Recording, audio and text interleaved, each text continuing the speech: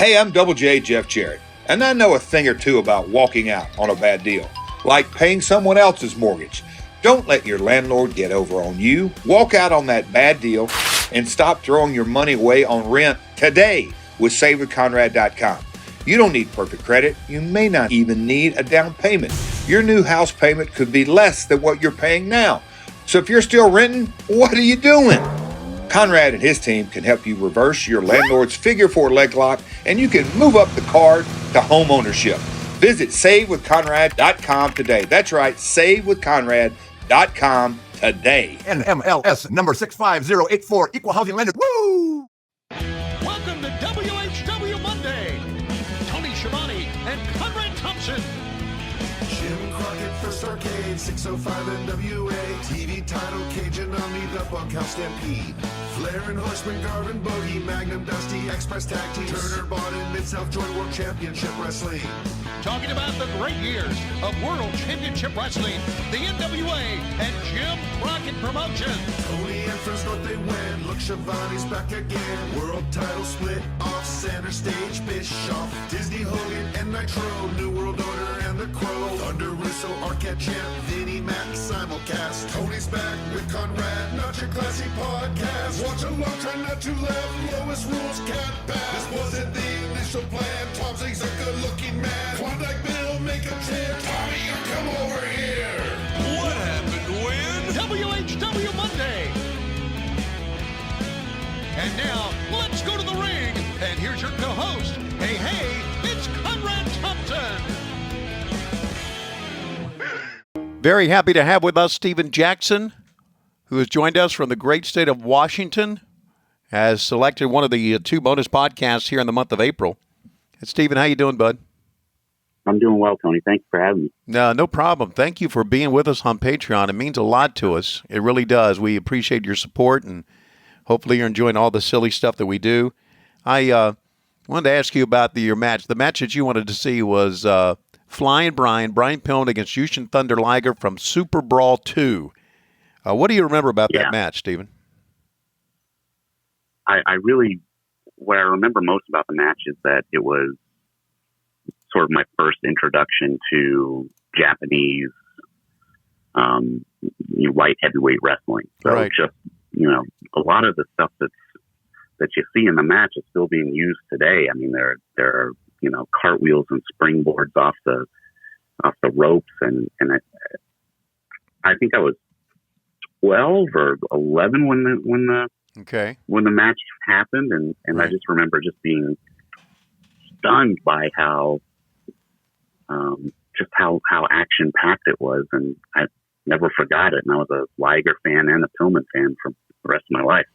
I think you'll find out when we rewatch this match that a lot of people were just like you. They became Liger and Pillman fans. And it was really kind of the beginning, the cutting edge of kind of what we see today. What they do in this match stood the test of time, but they also told a great story, and it's a really unforgettable match. Also, it was called by Jesse Ventura and JR, so great commentary on it as well. But I really think that you're right. It kind of gave all of us an introduction into the light heavyweights, or the soon to become cruiserweights from Japan, and it was a spectacular match. I agree.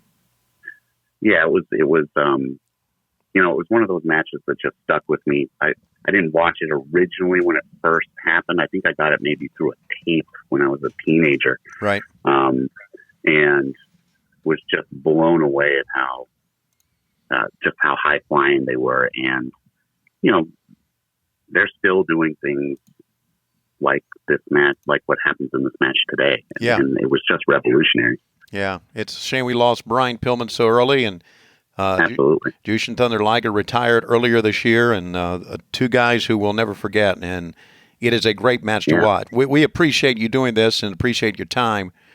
Stephen, you live out in Washington. What do you do for a living out there, bud? I'm an attorney. Oh, you are? Yeah, I'm one of those hated criminal defense attorneys. Oh, so. There you go. Well, that's good. Okay, so you're kind of like Saul Goodman. Yeah. absolutely. I used to be a public defender, so that's absolutely, absolutely in the same vein. It's all good. I don't think anybody's like Saul Goodman, to be honest with you. But anyway, Stephen, listen, thank you very much, man, for everything. Thanks for the recommendation. We're going to play that here in just a second. Thanks for being out there and listening to What Happened When, and hopefully you're enjoying AEW and all that pro wrestling has to offer now still today. Well, thank you. I mean, you have been someone who has been a part of my life for 25 years, so if not longer. And, thank you for everything you do, and Conrad as well. Since I discovered the podcast, it's just been like a walk down memory lane. Well, great. Glad to hear that. Stephen Jackson out of Washington, thanks for your time. And here we go. Jushin Thunder Liger going up against Flying Brian from Super Brawl 2 from Milwaukee back in 1992. Thanks a lot again, buddy. Thank you.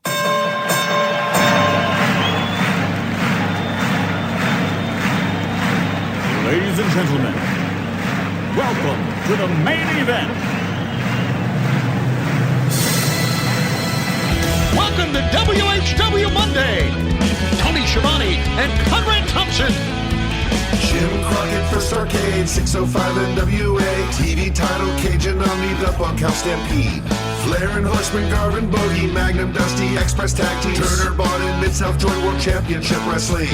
Talking about the great years of World Championship Wrestling, the NWA, and Jim Crockett Promotions. Tony and Friends North they win. Look, Schiavone's back again. World title split off, center stage, Bischoff. Disney, Hogan, and Nitro. New World Order and the Crow. Thunder, Russo, Arquette Champ, Vinnie Mac, simulcast. Tony's back with Conrad, not your classy podcast. Watch along, try not to laugh. Lowest rules, cat back. This wasn't the initial plan. Tom Zigg's a good-looking man. Klondike Bill, make a tip. Tommy, you come over here.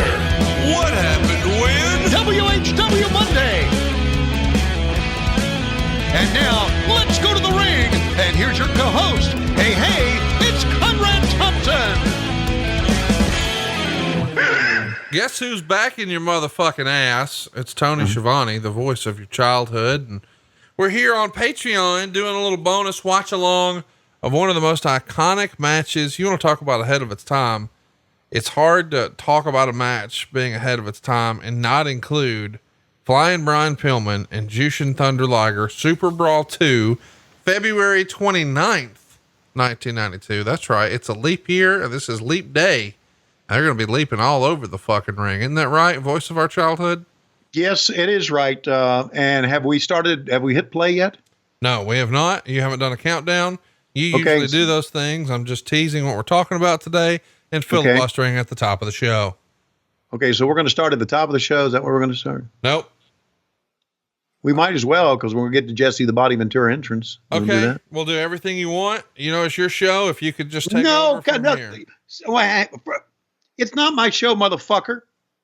It's our show. No. Okay. Well, I've done a lot of our talking, show, and you just hemmed and hawed. So I'm tagging you in. I'm just going to work color. See, you know what? You get the red ass quicker than anybody I've ever met in my life. I don't have the red ass. No, you get the red ass more. You do. Stephen Jackson, Bellingham, Washington, wanted to see Jushin Thunder Liger against Brian Pillman from Super Brawl 2, February 29th, 1992. And it's the first match on the card. So I thought, why don't we show the entrance of Jesse the Body Ventura? I think this was Milwaukee, and I think that Jesse's going to come in on a Harley. This is his first introduction to WCW. So I thought maybe we could just throw that in as a bonus. And I suggested that, and you say, we do what you want to do with your show, which we do over here. So come on, lighten up. We're all friends here, aren't we? Aren't we? I don't know, man. You're yelling at me a lot. I'm not yelling at you. I'm making a point. Okay? Aren't we? We're all friends here. So, how you doing, buddy? Fine.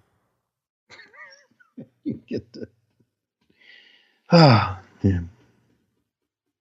You kids that grew up in the 90s. All the same. Okay. How's things at home, okay? Everybody's fine. Everybody's fine? Yeah. Mom and dad healthy during this Very difficult time in the universe. Yes. Yeah. How's Megan? Great. Kansas? Excellent. Good. How's the business? Better than ever. Yeah, I know it is, man, because you're the man. So tell me what we're watching today, Conrad. Super Brawl 2. No, come on. I need the, are you this way with JR? I already did all this, sir. Are you this way with Eric? Are you this way with Bruce, with Arn? Am I what and where? With No, what? do you treat them like you treat me? With kindness and respect? Yes. Yes. Okay. Okay. So anyway, this is from Stephen Jackson. Stephen, thank you again for being with us. Wouldn't you like to thank Stephen? Yes. Thank you. Come on, let's go. Come on, get your head out your ass. Let's go. Thank you, Stephen. Let's go. Greatly appreciate the suggestion. Look forward to this. Yeah, I know. Because don't you think, Conrad, this was one of the big moments in WCW in many ways? Sure. Oh, come on, let's go. No, yes, I do. I said all this. I said the match was ahead of its time. Okay, it's ahead of its time. Yeah. I think people will really enjoy it even now. They're leaping all over the place on Leap Day. I mean, I said all of this already. I don't know why we're doing it again. Well, because maybe people, this is a podcast. You can fast forward, and maybe they fast forwarded because they didn't see the levels jump because you're not saying anything. So they thought maybe that we're actually starting right now. So anyway, welcome to Patreon, and welcome, thanks to Stephen Jackson, one of our low-key big hogs, who's been with us for almost a year. We appreciate you being out there, Steve. Yeah. Don't we, Conrad? Oh, we love him so much. Okay. We want to love our children. Yeah, we also want to also invite Stephen, if you want to get all the shows early, to go to ad-free shows. Is that right, Conrad? Yeah, it's available. Yeah, okay. What else can you tell us about it? Well, it's available now at adfreeshows.com. You get your shows early and ad-free, and you also get bonus content, not only from Tony Schiavone, but from Eric Bischoff and Arn Anderson and Jim Ross and Bruce Pritchard. You can also get all of the StarCast shows from StarCast 1 in Chicago and StarCast 2 in Las Vegas and StarCast 3 in Chicago and StarCast 4 in Baltimore. You get all of those stage shows, all included with your subscription on adfreeshows.com. Tremendous. What bonus content that those other lazy motherfuckers you talked about put on that thing? I'm so glad you asked, because what we did with Eric Bischoff is he did a video interview with David Arquette on the 20-year anniversary of David Arquette winning the world title. Really? And then he got with a collegiate professor and broke down the Firefly Funhouse match. Wow. And now he's going to break down the Boneyard match. Right. And he also went back and watched, or we discussed AWA Super Clash 4, which was when Eric was still a fledgling announcer trying to cut his teeth, and he had no power, and he was just a young upstart, hopeful wrestling fan. And he cried about Masa Saito on that episode. And he also told about how Vince fired him after only 83 days in the WWE. And we had Arn Anderson break down a match where him and Tully won the belts, and Barry Windham joined the Horsemen in 88. And it was fun to do a watch along with him. And he talked about the fight between Vader and Paul Orndorff, because he was in the room when it happened. And JR talked about all of the releases that have happened with the WWE and what advice he would give them. And then we did a hashtag Ask JR Anything. And we also did the plane ride from hell, which is our most requested topic. And he has a great line in there where he says, Mr. Perfect had a job when that plane took off. Yeah. And then with Bruce, we covered WrestleMania 8. Bruce did some extra stuff. That's requested. And then he's going to watch the Saturday night's main event with me from April of 1990. And I'm so blessed to have so much fun with all of my friends. And of course, you and I watched Tiger King over there. And I think we're even going to do like some video chats with Whitney over there and you. And were we not posting those? That was just private talk. No, I'd love. No. You know how I feel about her. Yeah, one of the boys told me that he recently. One of the boys. No, your boys, the Schiavone boys. Oh, those boys. Okay. He told me that he recently visited his father, and just wanted to go check on you guys since you're old or whatever. And he says that y'all have been even social distancing at the house. Like Lois is living mostly downstairs. You're living mostly upstairs. Mm-hmm. But he said that he's concerned that you've been eating too many donuts. And I said, he's lost a lot of weight. What are you talking about? And he said, well, his back cave looks like a Krispy Kreme explosion. Like there's just glaze everywhere. The carpet's crunchy. And I was like, well, I mean, y'all even have Krispy Kreme over there? He's like, that's the other thing. There were no boxes. So I don't know what's going on over there, but it sounds like something even Stanley Steamer can't help you with. So, Stanley Steamer, when you want to get things right, or something like that. Are we going to watch this match? Yeah, I want to do that. And I also want to, are we going to really chat up Whitney? I mean, I lined it up, Tony. I don't remember that. You told me to tell her the exact text, and I'll post it here on our Patreon, is bathe her and bring her to me. ... on webcam.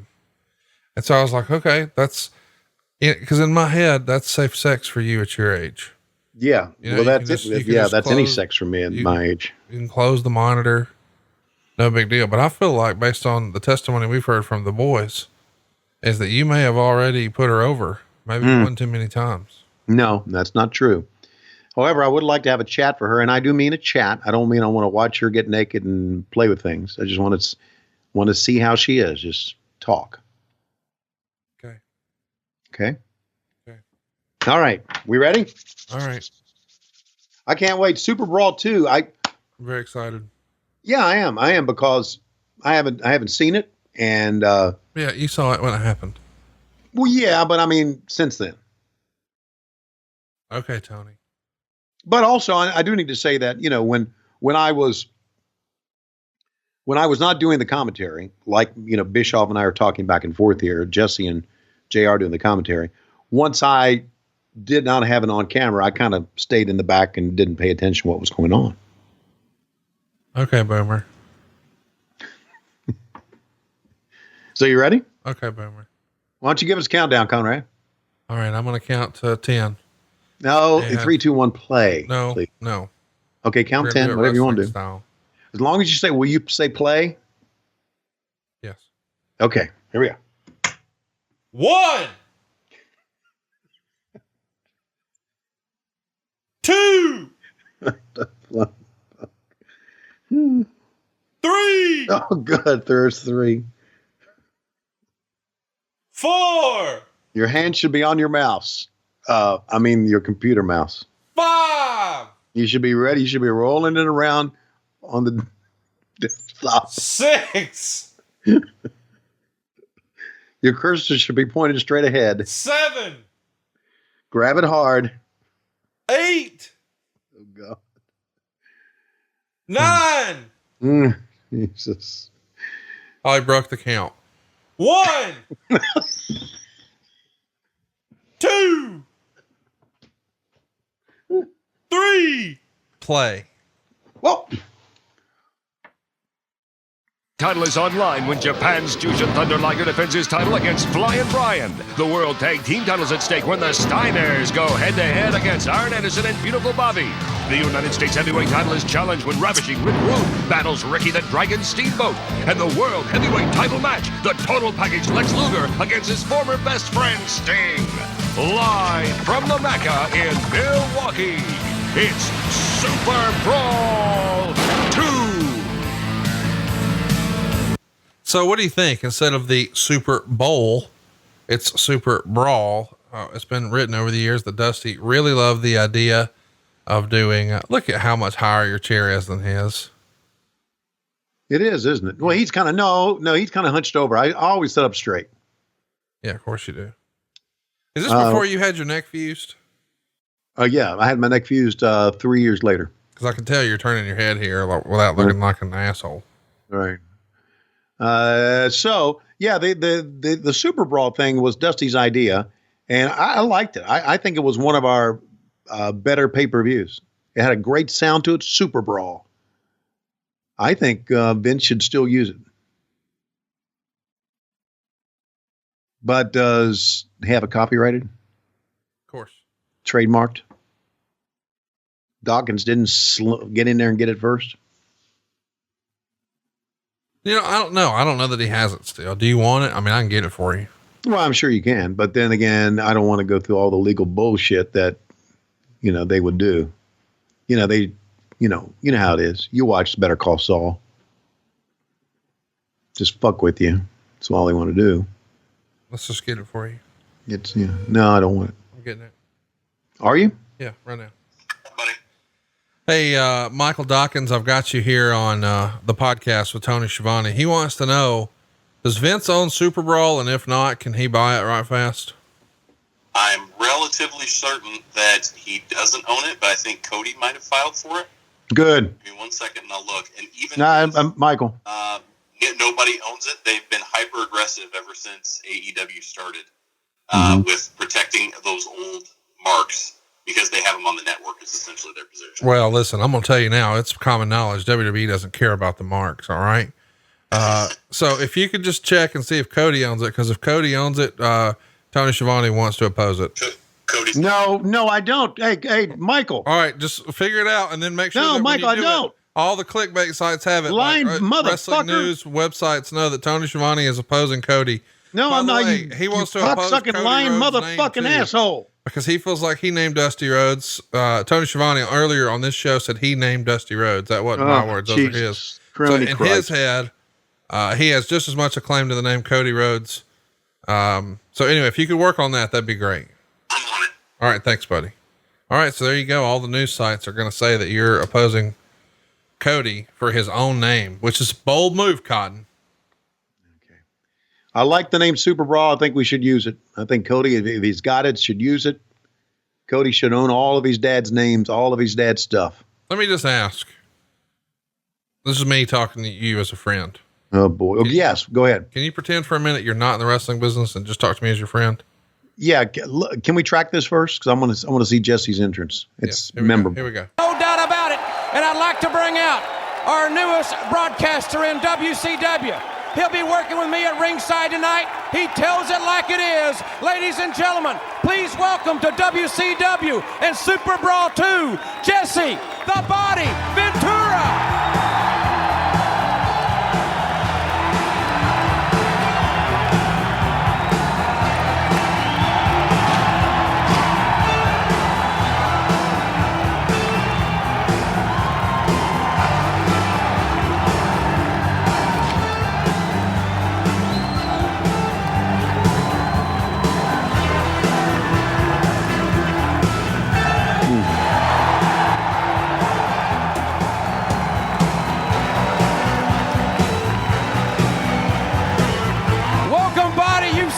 WCW is the wrestling of the future. The future is now. We're at Super Brawl 2.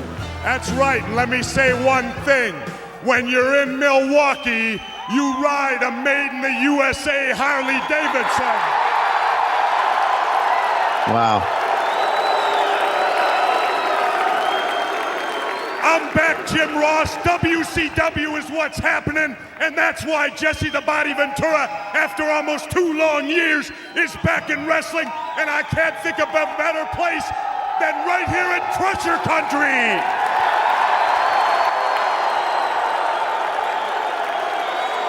Well, Jess, we've got championships, 4 championships to be decided.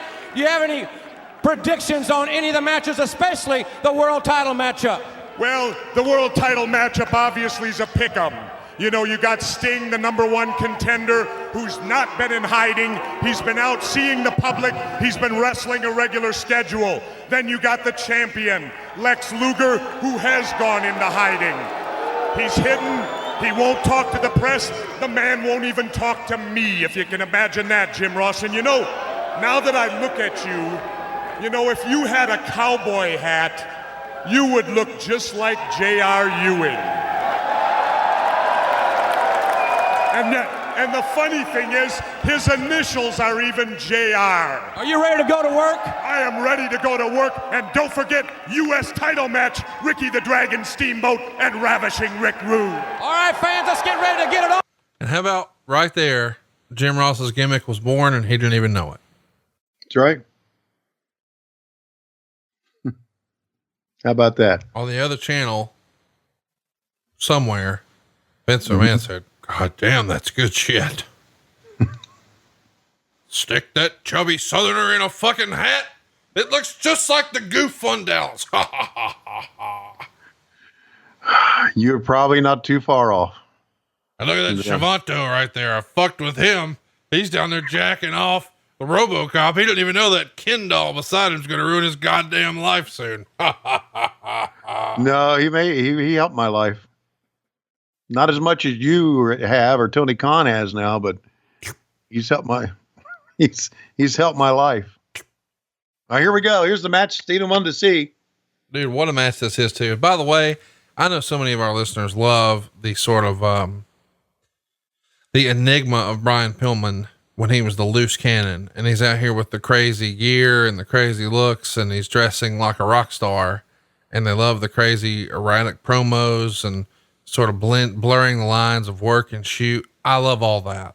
Yeah. However, flying around like an asshole in his Bengal underwear is the way I choose to remember Brian Pillman. I really think that wrestling fans remember him like this, because we've had nobody suggest the old Brian Pillman, crazy as a crazy shoot. That's because the matches weren't worth a shit because he'd hurt himself by then. But I'm saying this is peak Pillman. And you got to remember, this is an era where guys were saying, man, his moves are so, and Meltzer at the time used the phrase hot moves. Mm-hmm. That Pillman had as many hot moves as anybody in the business. And he could be poised for a push, a big time spot. Unfortunately, this WCW Light Heavyweight Championship, track it, on Christmas night in Atlanta, Georgia's Omni, Jess. Well, I'm fired up over this, JR, because I'll tell you one. Anyway, I thought maybe they're going to reference the belt. This was, to me, as great as this match is, because it's for this light heavyweight belt, it's already positioned to wrestling fans as, oh, it's secondary.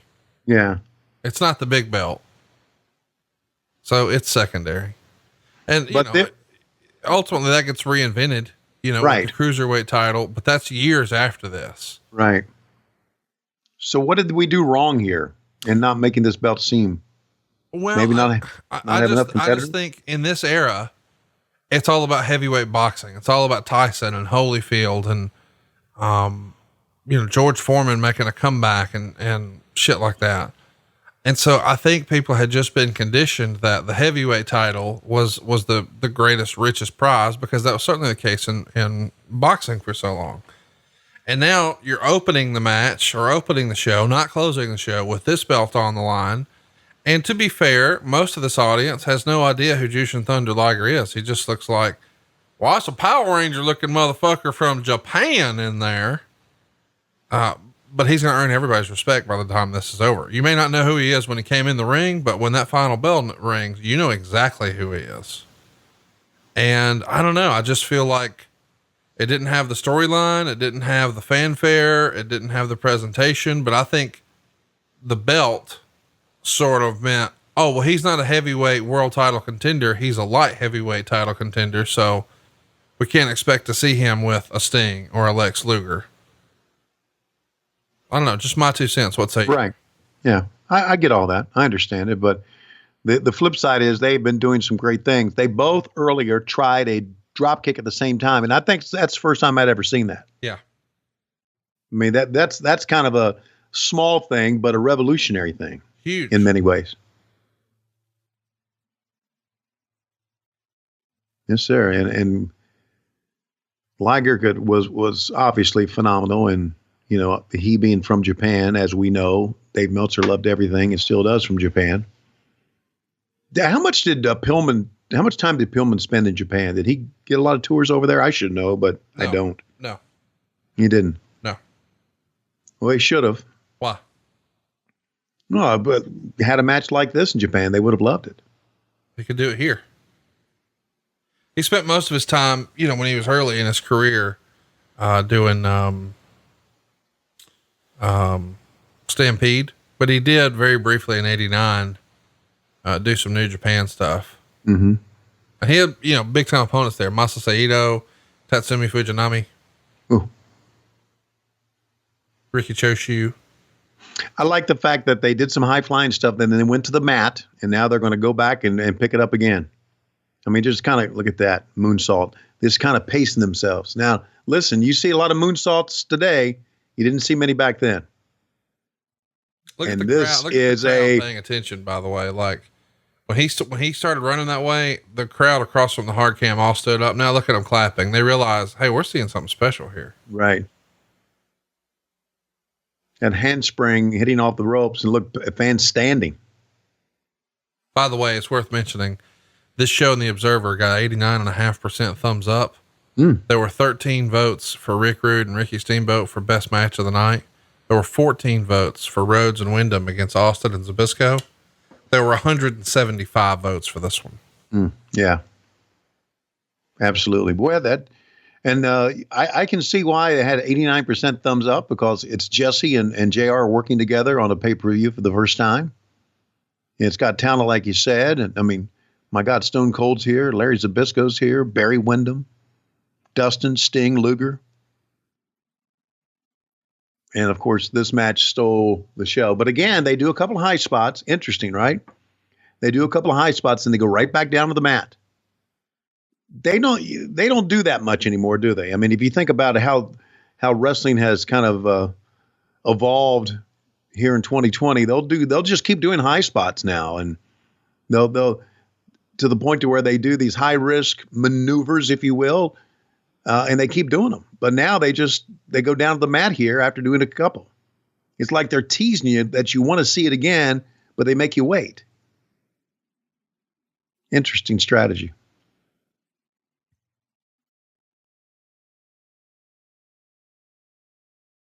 But I'm digging it. The fans are too, because they got their attention. Now the fans just sitting, waiting to see them do something else.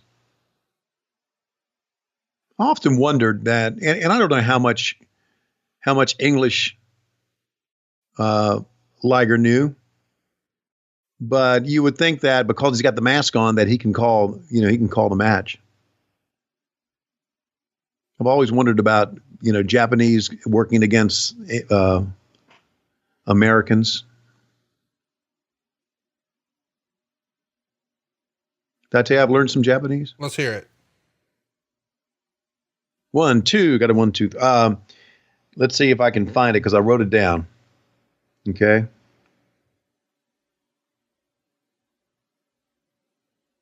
And you'll laugh at this, but I'm ready. You ready? Let me see if I can find it. Okay. Okay. Anata wa sugoi. How's that? I don't know what that means. That means in Japanese, you are tremendous. And that's what I said to Riho. Oh, you told me that, but you told me in English. You didn't say the Japanese pronunciation for me. Anata wa sugoi. I don't know what you just said. I said, you are tremendous. You could say that 100 times. I'm never going to memorize it. Say it again. Let me do another one. Okay. Hang on. Anata wa kawaii desu. Anata wa kawaii desu. No. That means you're cute. It's not that I'm trying to hit on Riho or anything. Sounds like it. And you would say that. Sounds creepy, I'm going to be honest. Well, I didn't even bring that up. Anyway, I like Riho. She's a great performer. And I like what I'm seeing here. Again, now, here they go. You see, I just tell a story in the match. You want to ground flying Brian, work on the feet to keep him from going up top, which is also your forte. Look at this. I love it. Don't you like this? Oh, I love it so much. Don't get too excited. I don't know what you're talking about. Yeah, obviously you don't.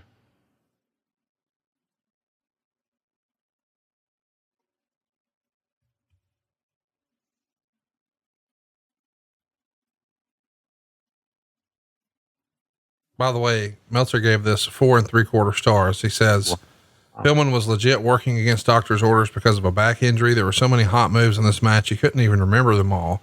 But there were dives out of the ring, hot moves in the ring, unique submissions, and all kinds of hot moves like power bombs, suplexes off the top rope, German suplexes and the like for near falls, which popped the crowd like it was Japan.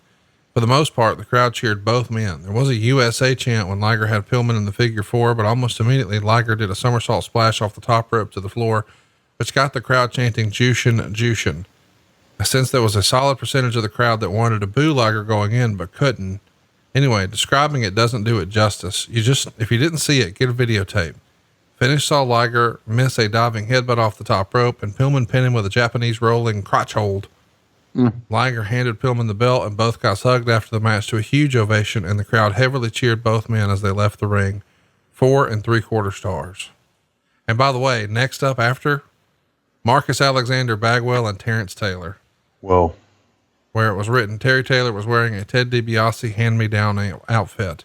You had to pity these guys because there's no way to follow the previous match. Taylor carried Bagwell completely. Not as good as Bagwell carried the money bag at StarCast 4, but pretty close. This is a direct quote. Bagwell looked really gay, if that's the correct adjective, in that white outfit that was 3 sizes too small, which is why the crowd booed him. Clearly they could see he had a very, very small hog, which one day we'll find out on #BabyDick on Showtime. You know, I always said Meltzer's ahead of his time. I don't even know how did he even know what hashtags were in 1992? He came up with them. He created star ratings for wrestling and hashtags? And hashtags. That's right. Holy shit. Hashtag genius. Hashtag hog meat. Hashtag Enziguri. Can you spell And this is how to work a match, man. Can you spell Enziguri? No. All right, time out. We got to take a break right now. I want to brag on something that I did to save some money. And you know I love saving money. Well, how about this? I found out that there was, a lot of waste in my household. We signed up for a lot of stuff we never used once we went back to work. You remember at the start of the pandemic, man, we all signed up for like every streaming service in the world. I used to tell my wife, I feel like we've reached the end of TV. Well, it turns out that once we got going again, we don't watch or listen to any of that stuff anymore. So I signed up for something pretty cool. It used to be known as Truebill, and now it's Rocket Money. Let me explain. I was wasting money and I didn't even know it. Are you wasting money on subscriptions? Well, it turns out like 80% of people have subscriptions they just forgot about. Maybe for you, it's like an unused Amazon Prime account or a Hulu account that never gets streamed. Well, there's this great app that helps me keep track of it all, every one of my expenses like that. And because of it, I'm no longer wasting money on subscriptions I don't even use. Now, we're talking about Rocket Money, and I can't recommend it enough. This app shows you all of your subscriptions in one place, and it cancels what you don't want for you. Rocket Money can even find subscriptions you didn't even know you were paying for. You may even find out that you've been double charged for a subscription, and that was our circumstance. My wife signed up on her card, I signed up on mine. We were just using one account. We were paying twice for the same doggone thing. Now, to cancel a subscription, all you have to do is press cancel. That's it. Rocket Money takes care of the rest. Cancel unnecessary subscriptions with Rocket Money today. Go to rocketmoney.com/WHW. Seriously, it can save you hundreds of dollars per year. That's rocketmoney.com/WHW. Can I Google it? Sure. Okay. I still got my incognito Google on. Shall I read some Pornhub comments? No, stop it. I thought you were going to talk about this great match. Instead, you're Googling Enziguri. You okay? No, I can't find it. I got into Latin here. So anyway. Hey, I got a question for you. Yeah. Look at the fans, man. If you pee and nut at the same time, is that a peanut?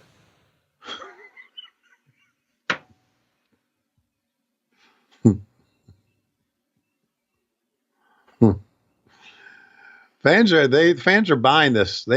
These kids are telling a great story.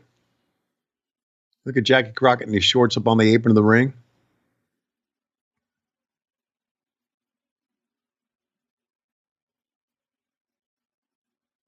Man, I love great storytelling in the match.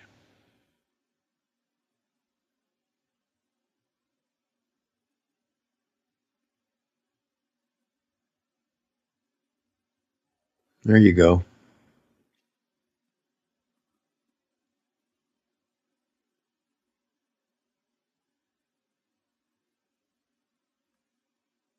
Do you think it's named Sand because it's where sea meets land? No. Why do you think it's called Sand if it's not where sea meets land? You are saying some silly shit in a great match here. Come on, watch that. Flying crossbody from the top. Love it. Steven, you're right, man. One of the great matches of all time. It really is. Would you consider this one of the best ever pay-per-view matches for WCW during this time? The pre-Hogan era? Would you? Yeah. Yeah. Improvising here. I mean, are we counting the trilogy from 89? I mean, the Flair stuff in 89 is the tits, you know, with Funk, and then the trilogy with Steamboat. If that's technically WCW, then I would say that's in the conversation, but this is on the list. So if that's four of those matches, this is number 5. Right. And I got to tell you, I know that you're going to laugh, but I fucking love that Steiner Nasty Boys match from Halloween Havoc. Oh yeah, we've seen it. It to me, when it's in the archives, when I revisit that, I look at that and think, man, I didn't realize look at that. I didn't realize how good it was back then. But you look at it again, and you got to say, wow, tremendous. And then right? in 90, the Wild Eyed Southern Boys on the Midnight Express. Right. So I guess those are probably my favorite 7. Yeah, those are good ones. I agree in all of it with all of those. I'm glad we're revisiting this one because these kids have busted their ass, man. Look at that spin wheel kick. A spin wheel kick. I don't think we call it that anymore. I have to check with Excalibur what we call it, but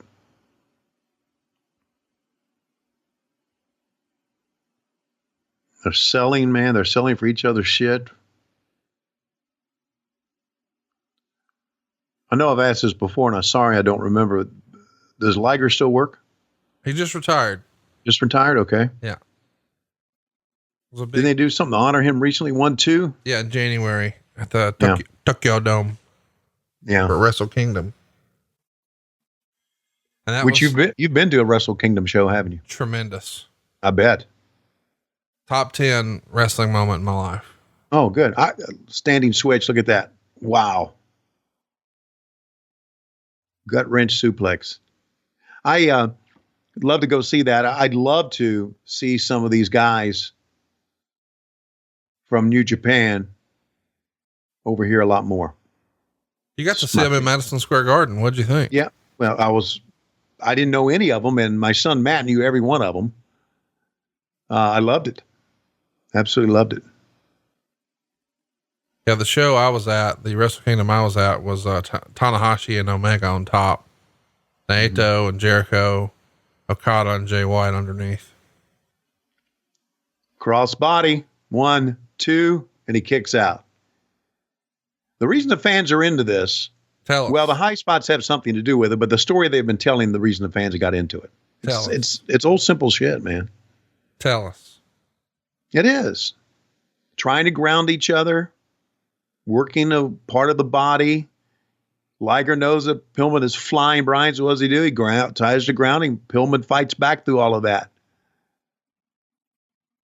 Bunch of false finishes. I mean, you know, in today's age, we have false finish after false finish after false finish.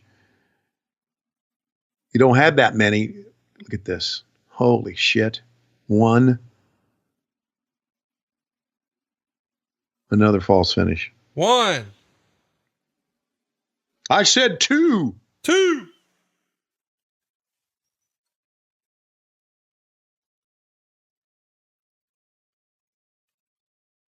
Wow. Yes, sir. In the ropes. This kid's putting in some time here too, man. Yay.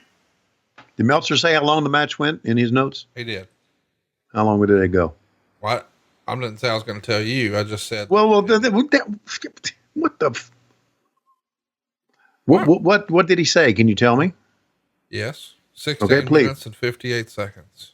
16 minutes, 58 seconds? Yes, sir. Where in Alabama, that's 2 seconds shy of 17 minutes.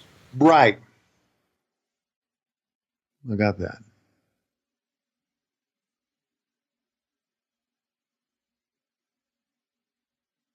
What a way to start a pay-per-view, man. And this kind of set the way that we would start pay-per-views in the 90s, late 90s, mid 90s. Oh, you think about the 90s in wrestling, you obviously think about the NWO and you think about the Monday Night Wars, but there was a lot of great things beyond that era. Yeah. Yeah. And look at how into this, man, the crowd is.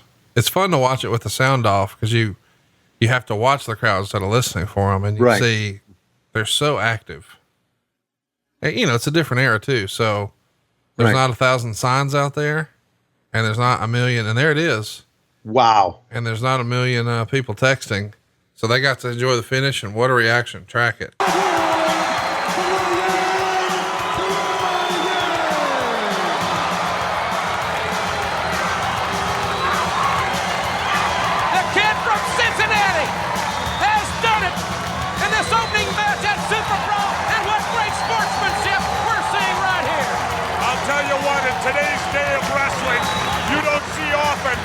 Where people pat each other on the back, shake hands when it's all over. There you see Thunder Liger going off and crunching Brian Pillman with a flip out all the way to the cement floor. Here's Pillman returning the favor back on Jushin Thunder Liger earlier in the match. Beautiful cross body block again out to the floor. Lion Brian was able to capitalize on one fatal mistake that Liger made. Great victory for Flying Brian. And Jess, here's exactly how it all transpired at the end. There you see Pillman moving out of the way. Liger driving head first into the canvas. Pillman coming up, hooking the shoulders, turning him over, rolling back into a cradle. Nowhere for Jushin Thunder Liger to go. We've got a new WCW Light Heavyweight Champion. And now let's go to What do you think, Tony? Great job, both guys. Really, a tremendous match. Yeah. Love it, man. Thanks. Thanks again, Steven Jackson. We appreciate you being with us on Patreon, and we appreciate you suggesting this match one of our April bonus shows. Without question. Absolutely. We're desperately out of time. I don't know. Are we? Tape machines are rolling. Sure show. Thanks for being with us on Patreon. Fucker. Why are you like this? You're so difficult sometimes. Say it right. Tony, when I look at my watch, I feel like it's about that time. Absolutely. As we're taking a look as the tape machines are continuing to roll at Mitzi Hyde's boobs, we want to let you know that we're desperately out of time. We'll see you next time on Padrone. I believe in this company. This is a product I will use forever and ever. And here's why. This wasn't even the original plan. These cats made parts for the International Space Station and the Mars rover because they're a family-owned aerospace parts manufacturer. And what they've done is they've started using their aerospace-grade CNC machines to make metal razors that are just 0.0013 inches, which is less than the thickness of a human hair. And that means a secure and stable blade that gives you a vibration-free shave. It's also got built-in channels to evacuate hair and cream. That makes clogging virtually impossible. You see, Henson Shaving wanted to make the best razor, not the best razor business. That means there's no plastic, no subscriptions, no proprietary blades, no planned obsolescence. And it gives you that old school feel because it uses just a regular old dual edge blade. However, it's thinner than any blade that you've seen before, 0.0013 inches. Not only that, once you own the razor, it's only $3 to $5 a year to replace the blades. That's worth repeating. It's $3 to $5 a year. And Tony, we've even got a special offer for them right now, right? Time to say no to subscriptions and yes to a razor that will last you a lifetime. Visit hensonshaving.com/WHW to pick the razor for you and use code WHW and you'll get 2 years worth of blades free with your razor. Now this is important. Just make sure you add them to your cart. That's 100 free blades when you head to hensonshaving.com/WHW and use the code WHW at checkout. Man, if you love old school wrestling, I think you'll love WrestleQuest. WrestleQuest from Mega Cat Studios is now available. We consider WrestleQuest to be like a love letter to classic role-playing games, the pixel art of our youth. and the golden era of pro wrestling. So powerbomb your way through a massive game where the worlds of toys, action figures, and wrestling collide. This is a sweaty, spectacular pro wrestling take on the cherished Japanese role-playing game genre. There's over 40 hours of core story content and over 20 fully licensed pro wrestling legends. Folks like Macho Man Randy Savage, Andre the Giant, Jake the Snake, Diamond Dallas Page, Jeff Jarrett, JYD, the Road Warriors. I can't believe this is real. This is Bruiser Brody's first ever video game, and mine too. I know what you're thinking. Wait a minute. Did you just say mine too? Yeah. Conrad Thompson is a character in the game. People come on my podcast. You're listening to my podcast. So I'm in this freaking game. It is available now. Pick it up anywhere that you enjoy games. Of course, it's a downloadable game, and you can have it on all of your systems. And I mean it. It's on your PC. It's on your consoles. Hell, it's on mobile. But there's talent from all over the world. The talent spans decades and various promotions. And these are more than just statues. You see, each legend has their own side quest, and players can earn their signature gear or the right to call upon their finishing moves in combat. In some cases, the wrestler can even join the player as their manager.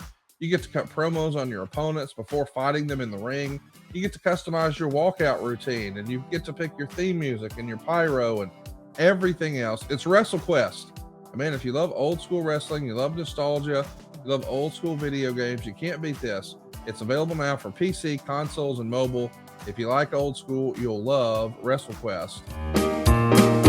One of the bonus podcasts here for the month of May comes from our buddy Quincy Charles down in Texas, who's now joined us on the line. How you doing, Quincy?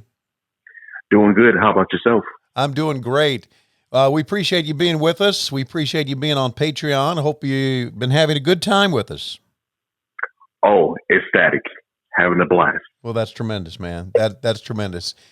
Quincy, you wanted to go back and for us to take a look at a portion of Nitro in November of 1999. And this is correct. Yeah, this is like the end of a year that really things started going badly. And you said you wanted to see when Dustin Rhodes returns to 7 and the powers that be gave up on it. You want to know you want to know my opinion on that. Even before I looked at it, I can tell you, Quincy, it sucked. Yeah, it was. I completely forgot about it, to be honest with you. And I was on YouTube, and then it got recommended to me, and I looked at the video, and it was just fascinating. I was like, wow, I completely forgot about this, that this happened. And I guess they gave up on it when they had the young child. I don't know if it was a boy or a girl, and that probably creeped them out a little bit. So I was like, wow. So, and I'm thinking, well, he just left the WWF right at the time, and he was Goldust.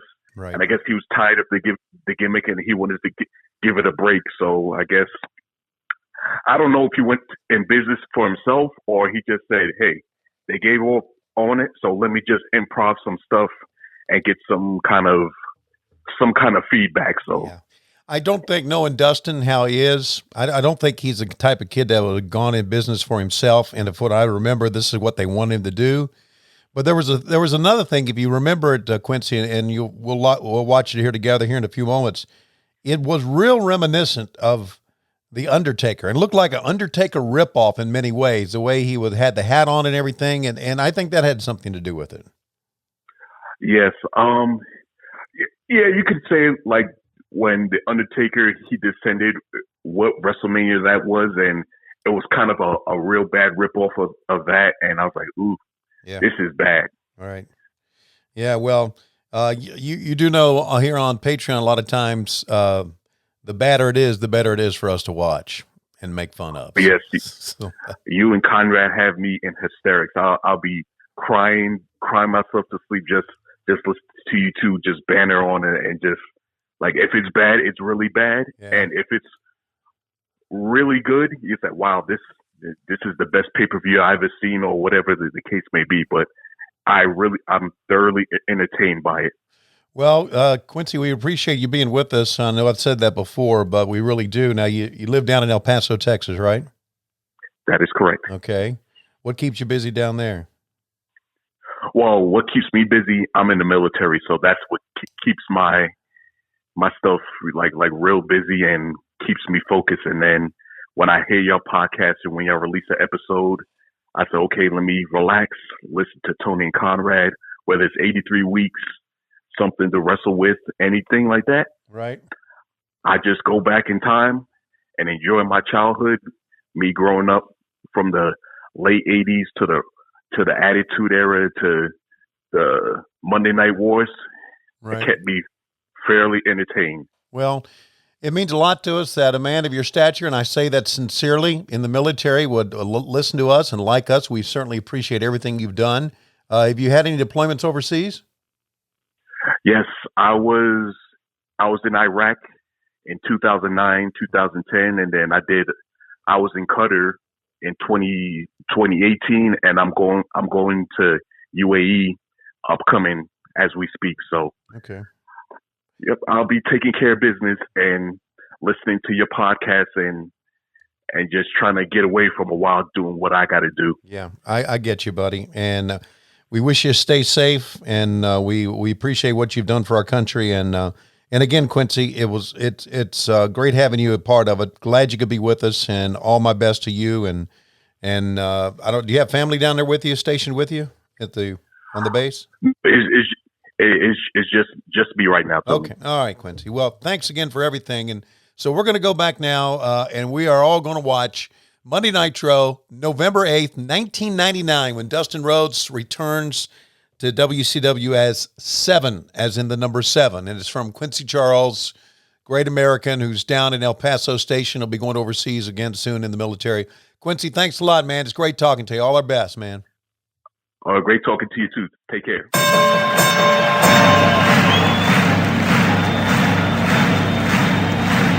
Ladies and gentlemen, welcome to the main event. Welcome to WHW Monday. Tony Schiavone and Conrad Thompson. Jim Crockett First Arcade, 605 NWA. TV title, Cajun Omni, the Bunkhouse Stampede. Flair and Horseman, Garvin, Bogey, Magnum, Dusty, Express Tag Teams. Turner, Bond, and Mid-South Joint World Championship Wrestling.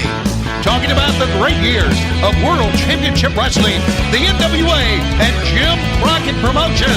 Tony and Friends North they win. Look, Schiavone's back again. World title split off center stage. Bischoff, Disney, Hogan, and Nitro. New World Order and the Crow. Thunder, Russo, Arquette Champ, Vinnie Mac, simulcast. Tony's back with Conrad, not your classy podcast. Watch along, try not to laugh. Lowest rules can't back. This wasn't the initial plan. Tom Zigg's a good-looking man. Klondike Bill, make a tip. Tommy, you come over here. What happened when? WHW Monday. And now, let's go to the ring. And here's your co-host. Hey, it's Conrad Thompson.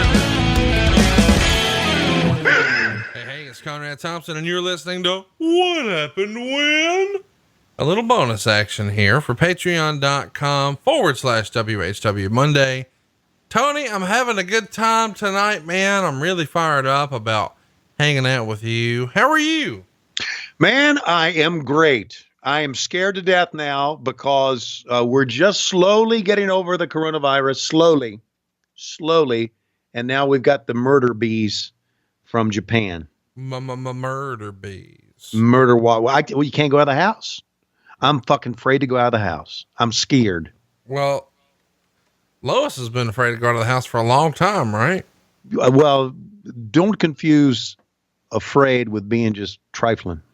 Trifling? Have you listened to a lot of Trick Daddy lately? A lot of 90s rap. What's going on? Trifling. Is that a 90s rap term? Trifling? Yeah. I mean, it's basically Nappy Dugout without, the vagina. All right. Well, trifling is an old redneck Craigsville word. Hey, can I ask you a question? Yeah. Do you like James?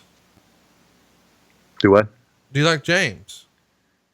James? Mr. Ross, James Ross. Oh, JR. Yes, very much. Of course. My question is, may I be so bold as to do my impression of him doing a podcast when I'm talking? Yeah.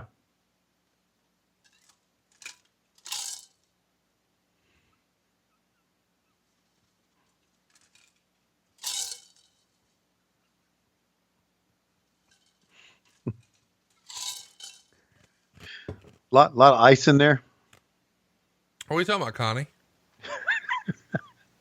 All right, ladies and gentlemen, we were tasked with watching Dustin Rhodes portray not the Natural, not Goldust, not the artist formerly known as Goldust, not Dustin Runnels, but Seven.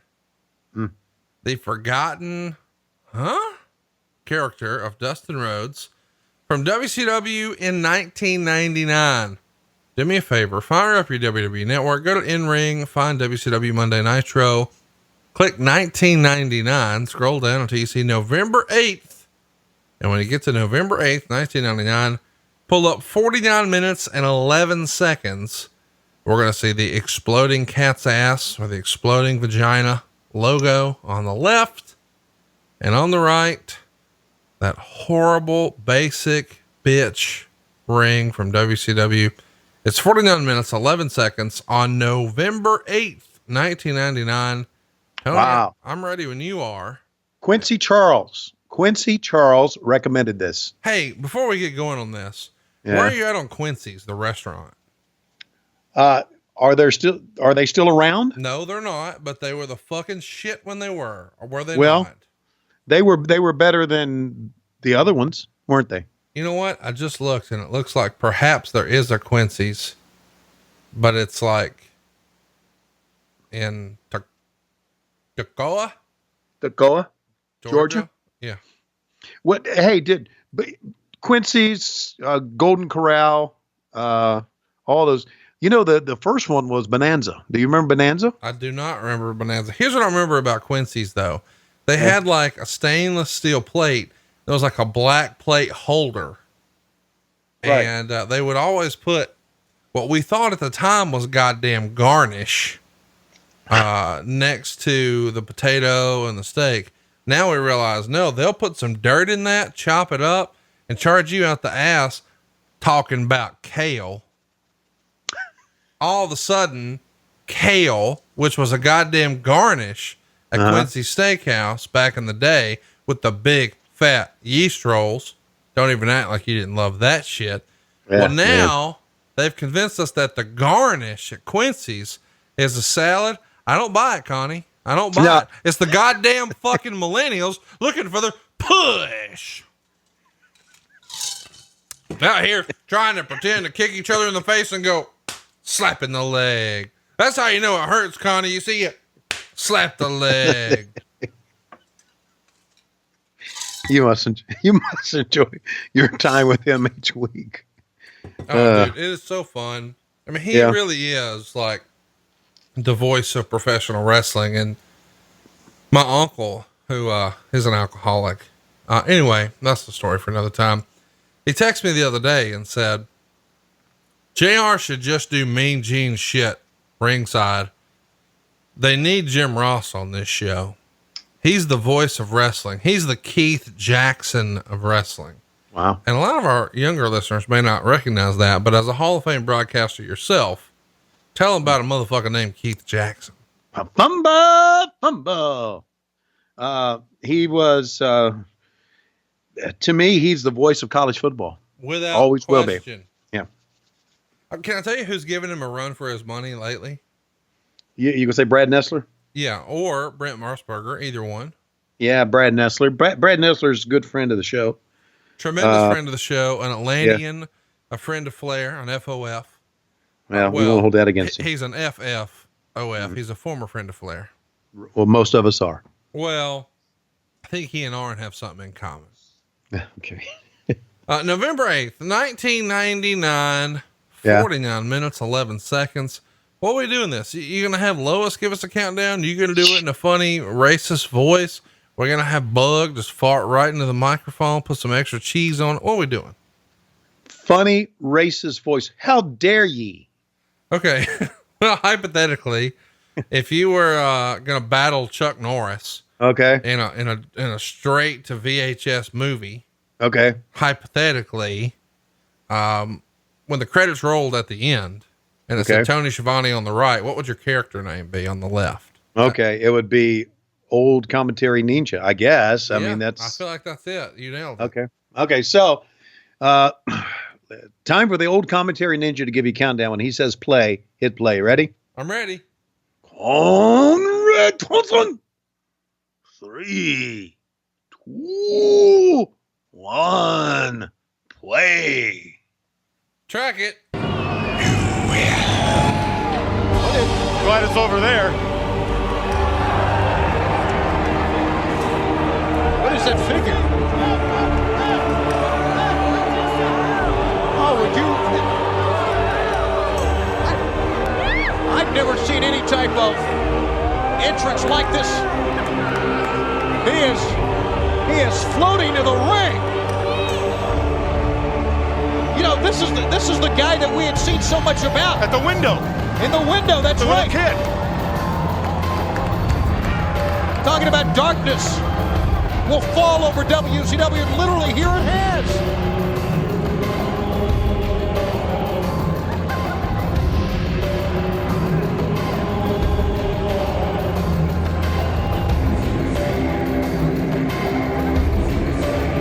He's finally made his arrival.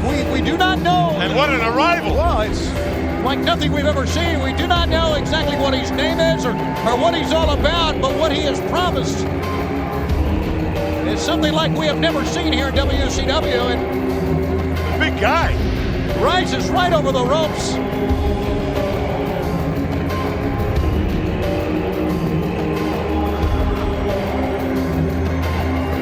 Boy, you got me. And we've got your attention, I do believe. 100%.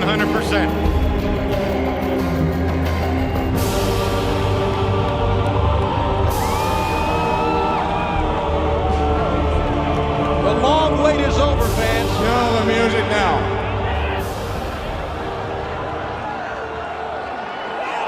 Want everybody in here to take a good long look at this crap I'm in. What? I left the World Wrestling Federations for gimmicks like this. All of you don't know I was Goldust, and Goldust sucked.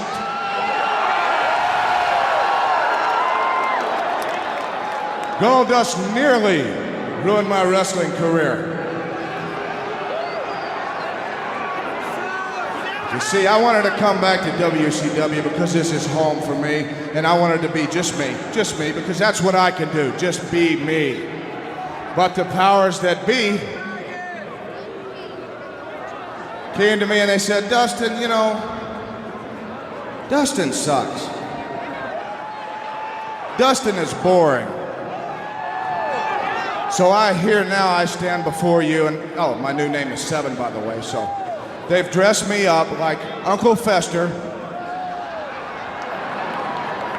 to play trick or treat all year long.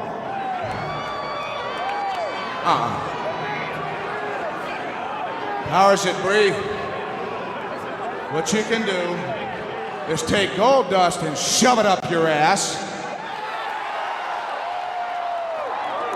You can take this silly looking thing, Seven, and shove it up your ass. And you both can kiss my ass.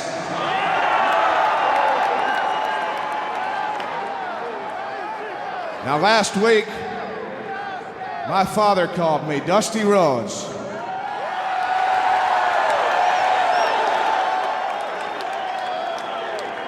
And it seems that he's no longer with this company. After 25 years of building everything that you see right here and right now, they kicked him to the curb like he was a piece of shit.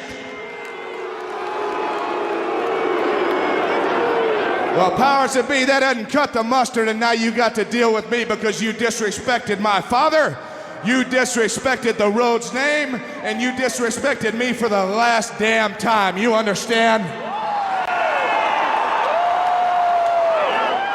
So from this moment on tonight and to the end of your lives, I am going to make your life a miserable hell. I'm going to make WCW a miserable hell, and TNT too. So boys, I know you're back there staring, your little fat faces in the monitor looking at me. You know one thing. Tonight and forevermore, you will never, ever forget the name of Dustin Rhodes. Tony? Well, that's a pretty heartfelt interview there, wouldn't you say? It was. What'd you think? Well, when I first saw this, now, you know what? I'm going to start with this, Conrad. Okay. I have no recollection of this at all. No, I feel like, and I don't mean this to be funny, because Lord, I know it sounds like it, but I've sometimes heard that victims of traumatic events or crimes or things like that, they'll block out painful memories. Right. Just almost in like self-preservation mode. Right. And I feel like you, on some level, choose to look back at your wrestling career with rose-colored glasses, and you try to just remember the good times. And if it was something that was less than awesome, it just runs together. Similar to, and I know a lot of our fans probably think, oh, well, I don't get that. This was such a monumental moment to me. No, sure. But to Tony, it was a job. So for instance, if you work in a tire shop, do you remember the green Ford XLT 1991 Ford Explorer you changed the tires on November 8th, 1999? No. Right. And so you may see video of yourself doing it and say, well, yeah, that's me doing it, but fuck, I don't remember doing it. That to me, 7 was your 1991 green Ford Explorer XLT. Yeah. Or it was the horrible car crash and you had amnesia because of it. When I first saw that, when we were first watching it just now, I'm thinking, oh God, is this an Undertaker ripoff or what? Oh, the worst kind too. Cause here's the deal. I mean, I don't mean to be ugly, but I could see them wires, Tony. He wasn't really floating to the ring. Y'all were lying. Yeah. Well, we were just trying, we were going by the script there, Conrad. We're going by the goddamn script. Now, don't you blame us for any of that shit. We're just going by what we were told to say. You think we should have said, that motherfucker got some wires coming down?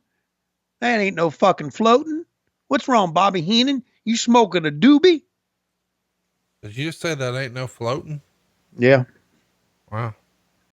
Guys, we all know that confidence can take you far in life. That's especially true in the bedroom, especially when it's time to step up to the plate. And that's where Blue Chew comes in. We've been talking about Blue Chew for, since WHW was created. That's because Blue Chew is a unique online service that delivers the same active ingredients as Viagra and Cialis, but in chewable tablets. And here's the key, at a fraction of the cost. It's very simple. You sign up at BlueChew.com, consult with one of their licensed medical providers, and once you're approved, you'll receive your prescription within days. And the best part, it's done online. So no visit to the doctor's office, no awkward conversations, and no waiting in line at the pharmacy. Blue Chew tablets made right here in the USA and prepared and shipped direct to your door in a discreet package. So if you could benefit from extra confidence when it's time to perform, chew it and do it. Have better sex. We've got a special deal for our listeners as we come to you from the Blue Chew studios. Try Blue Chew free when you use our promo code WHW at checkout. Just pay $5 shipping. That's BlueChew.com, promo code WHW to receive your first month for free. Visit BlueChew.com for more details and important safety information. We thank Blue Chew, as always, for sponsoring What Happened When. Our next partner is AG1, the daily foundational nutritional supplements that supports whole body health. I drink it literally every day, and I gave it a try because my wife knew that if I was going to do it, it needed to actually taste good. I was not a fan of taking pills and vitamins, and I started doing AG1, just one scoop every morning. My wife does it before she makes her coffee. And man, it just makes me feel sharper throughout the rest of the day. And I drank it and I made it a daily habit. And since I've been drinking it, I can tell you that I'm sleeping better. I feel like I've got more clarity. I feel like I'm more effective at work. And covering my nutritional basis for the day literally just couldn't be any easier. That's why we trust AG1. We just mix one small scoop in a cup of water and that's it. Every morning we're done. I also want to point out that it's very affordable. It's like your daily nutritional insurance, if you will. It's going to improve your digestion. You're going to see more sustained energy. You're going to have better mental clarity and focus. It just checks all the boxes. And we should also mention that a comprehensive solution is what you need from your supplement routine. And that's why we recommend you try AG1 and get a free 1-year supply of vitamin D and 5 free AG1 travel packs with your first purchase. Go right now to drinkag1.com/WHW. That's drinkag1.com/WHW. Check it out. drinkag1.com/WHW. So it was, whoa. In my mind, okay, when I go back and I remember Dustin Rhodes, sure, I remember The Natural. Oh yeah, of course. I remember Goldust, because how could you not? Right. And now I remember the Dustin Rhodes we have today. I cannot connect the dots. I cannot tell you where Dustin Rhodes was between the time that Goldust ended and the time he became Dustin Rhodes in AEW. Mm-hmm. And I know that, I mean, there was obviously this character for a brief period of time. So that's how I'm so disconnected with his history. And I guess it's good that I forgot this, because I'm sure he would like to. Yeah, he would like to. I mean, listen, it wasn't a hit. The thing, if I'm honest with you, that was weirdest about it to me is that he's acknowledging a WWE character. Yeah, I know. Like, why would you do that? I know. And you know, if we are, by the way, this is November 8th, 1999. If you scroll through this, like we have done, and you see another part of it, it says Kevin Nash mentions Undertaker and Stone Cold.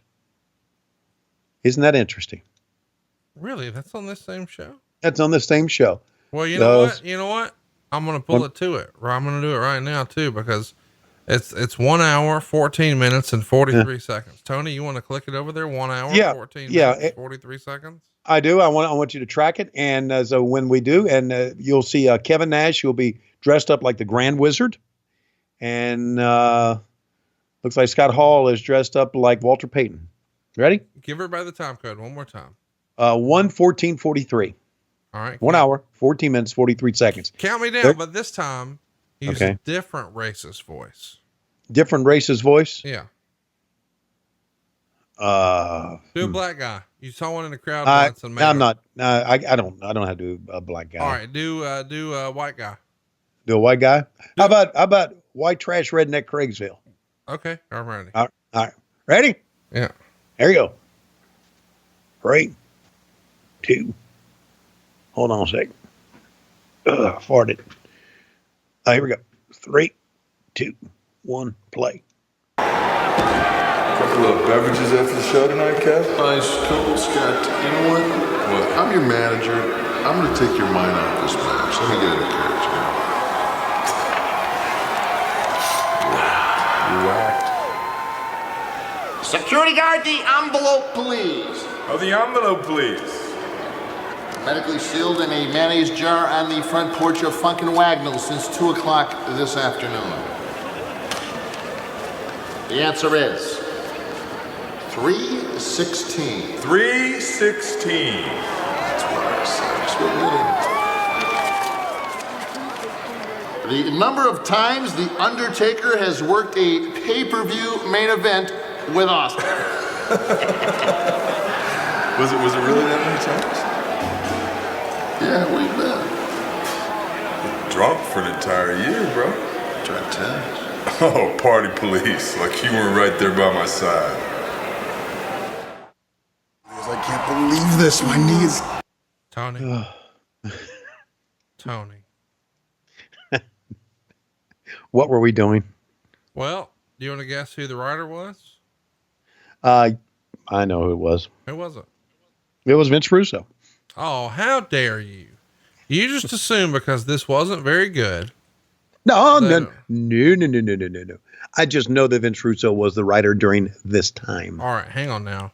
You can't remember shit based on the archives of WHW. Well, how do you remember this? Well, I just remember the era. Okay. Here's the deal. He started in October. This is 1 month later. You're exactly right. I just wanted to bust your balls. Thank you. Well, there you go. So 316, the number of times The Undertaker and Steve Austin. Well, the person who wanted us to watch this show, they kind of wanted your opinions about 7. Yeah. Well, I think 7 sucked. And I think Dustin did as good with it as he could have, I guess. And I guess they wanted him to, I guess the idea was not to shit on Dustin, but to shit on the WWF, right? Right. And by doing this, we put more attention on the WWF than we needed to, I would think. It's just it would be like us today in the AEW going out and saying something about, I don't know, Charlotte Flair or Becky Lynch or whomever they got main eventing now, or go out and talk about WrestleMania. You just don't do that because it serves no good purpose, I feel. Other people may think it does, but I feel that by talking about the other company, by knocking them directly by saying names, like saying Goldust's name, like saying Steve Austin, like saying The Undertaker's name, I think it serves no good purpose. It makes you look like, to me, it makes you look like a wannabe. With that in mind, do you want to say anything about Major League Wrestling? MLW? Right. I know. Okay. I just didn't know if you were going to cut. I certainly hope they're doing well. I mean, how could anybody be doing well right now, Tony? You being a cocksucker? No. They still got a TV deal, don't they? I mean, I guess, but I mean, who's watching TV right now? Well, hopefully on Wednesday nights at 8:00, everybody is. Well, I mean, the ratings are proving that's not exactly true. Less people are watching right now. Well, why do you think that is too? I know we're veering off subject. I mean, you think it's because, and listen, CM Punk is loud and proud out front saying, I find wrestling to be unwatchable without a crowd. And I think a lot of people, I mean, even Dave Meltzer recently tweeted, with so few people watch, those of you who used to watch WWE or AEW, when things get back to normal, will you come back? It was an interesting conversation because so many fans on Twitter still follow wrestling accounts, but they don't watch wrestling on a regular basis anymore because they just find the empty arena shows to be unbearable to watch.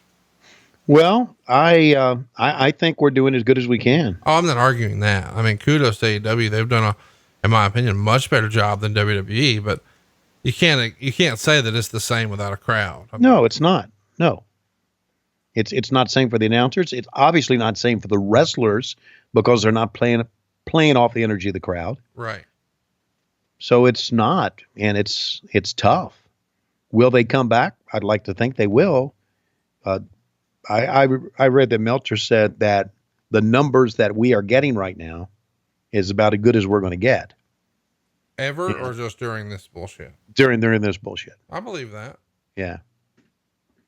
So I like to think that when it comes back, I think people are going to want to, I think we're going to bring back some people out of just curiosity. I mean, for obvious reasons, I probably wouldn't say this on the main feed, but I have to admit, like, I've seen some clips of you and Jericho doing commentary, but I haven't seen a whole show. And I never missed an episode of Dynamite. I mean, I would be texting you the whole time through the show, and right. I mean, never missed them, but it's so weird to watch wrestling empty. I mean, to the point that and I'm not picking on AEW. I haven't watched NXT. I haven't watched WWE. I mean, I'm talking about Raw, SmackDown. I mean, Bruce is one of my best friends. I can't watch SmackDown. It's just, it's weird right now. And so thankfully I get my wrestling dose from watching old shows with you, and, fans are packed and going crazy. And again, that's not an indictment on anybody's creative or anything like that. It's just, it's not the same without a crowd, in my opinion. Weird time. It is. But you know what? I sort of low-key blame you for that. Mm-hmm. Well, because you've admitted for a long, long time that you are what? Weird guy. Oh, weird guy. And this is a weird time. And I think you may have instigated it. Okay.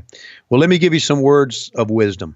Well, okay. I feel like what you're about to say is also a t-shirt. Okay. No, it can't be because it's a lot of words. Okay. We're all in this together. Oh, fuck off. We care about you. No, we don't. We're out here for you. Not really. In this troubled times. We're behind a paywall. in this extraordinary time. Give us $29 a month. Okay, exactly. So much bullshit going on out there. We're certainly feeling for you and your family at this time. We are. And if you would leave us a comment about what is upsetting you or bothering you at the present time below this post. Yes. Dave Silva will read it. Yeah. Intend to type us an email about it. Mm-hmm. Not do it. That's right. And then 1 month later, post your comments when you guys are upset that we didn't say anything about your comments. Right. And then he'll send it to us and say, what are we going to do? Yeah. Yeah. Did you ever notice that Dave Silva has ruined our lives? Yeah, he's fucking worthless. I mean, seriously, me and Bruce were having this conversation the other day. It's just like, what happened? Mm-hmm. I don't know. I got our good buddy, Rajiv out in Sacramento, California. Talked to him baby. Woo, woo. Talked to him on the phone the other day. And the reason I did was I saw, just by happenstance, I saw him send a email to Dave on our Patreon. But we also have an email, helloslapdicks@gmail.com. Okay, cool. Send it to Dave. And the question was, why hasn't Tony called me yet? Oh. And I said, Dave, aren't you supposed to be keeping me apprised of all of our new patrons? And he said, yeah, I'll do better. What? And how'd that make you feel? It made me feel worthless. Really? And I usually feel worthless anyway. So normal. Yeah, normal. So I called Rajiv. It was a nice talk. And if I haven't called you and you've been with us on Patreon for a while, and I'm not supposed to call every level. And if I haven't called you, it's because there's a motherfucker out there that's not giving me the goddamn list. And I know he's busy right now doing mortgage shit. No, he ain't. He's lying to you. Okay. Who are we talking about again? Dave Silva. Never heard of him. You may have heard of him. He is very famous for getting a rich guy's car and messing up the rims. You know, I used to know a guy like that. Well told story in Huntsville, Alabama, as we were told. Really? In my local community? In your local community. Did you know that Huntsville, Alabama resides in Madison County, and Madison County, Alabama leads the nation in divorce?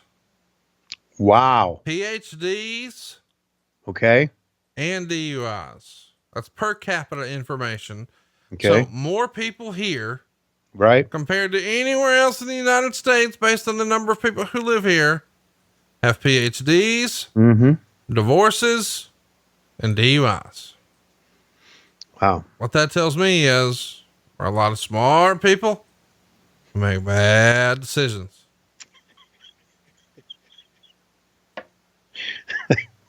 That about sums it up succinctly. Easy for you to say. Yes.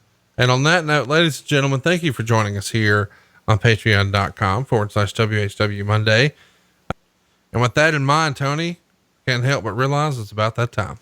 And there's nobody in the crowd, but we're still desperately out of time. The tape machines are rolling. See you next time on Patron. Get ready for the ultimate wrestling fan experience from the comfort of your own home. StarCast 6 is streaming exclusively on Premier Streaming Network. Witness wrestling legends and current AEW stars take the stage for 3 days of engaging and captivating discussions, including AEW Unrestricted Live with special guest Tony Khan. But wait, there's more. Order the full weekend bundle and score 2 months of Premier Plus absolutely free. Unlock access to over 70 epic shows from StarCast 1 through 5, as well as the upcoming Wrestling Showcase event on September 9th. Plus, you get access to the Premier Plus library with thousands of hours featuring your favorite promotions and stars. All of this for just $49.99. Don't let this opportunity slip away. Tune in to StarCast 6 exclusively on Premier Streaming Network and order now at StarCastOnPremiere.com. Hey guys, Double J, Jeff Jarrett. Need to call a timeout real quick here. I wanted to tell your listeners what I've been telling my world listeners for a while now. It's about all the incredible things happening over on adfreeshows.com. Conrad sits down with a pioneer of wrestling television production, director Dan Bynum, who discusses his journey through WCW, ROH, MLW, and where it all began for him, world class. What really was the thing that catapulted it was, one, working with Ric Flair. He came to the territory and wrestled with the Von Erich boys and gave us so much gravitas. And two, the greatest feud in the history of wrestling, the Freebird Von Erich feud. So we were there at the hottest time with the hottest show, and we took over the world. The Yeti, Ron Reese, sits down with Ad-Free Shows members to talk about his infamous night at Halloween Havoc and how it was received by the boys in the back. Oh, no, I remember, like, Arn Anderson told me that was the drizzling shits, and Dusty Rhodes was like, that was the worst thing I've ever seen. I'm just like, hey, thanks. Hey, that's just a small taste of what Ad-Free Shows has waiting for you, including a brand new perk, getting to join in on the live recordings of the shows with 4 levels to choose from. See for yourself why Ad-Free Shows is the best value in wrestling today. Sign up now at adfreeshows.com. That's right, sign up today at adfreeshows.com.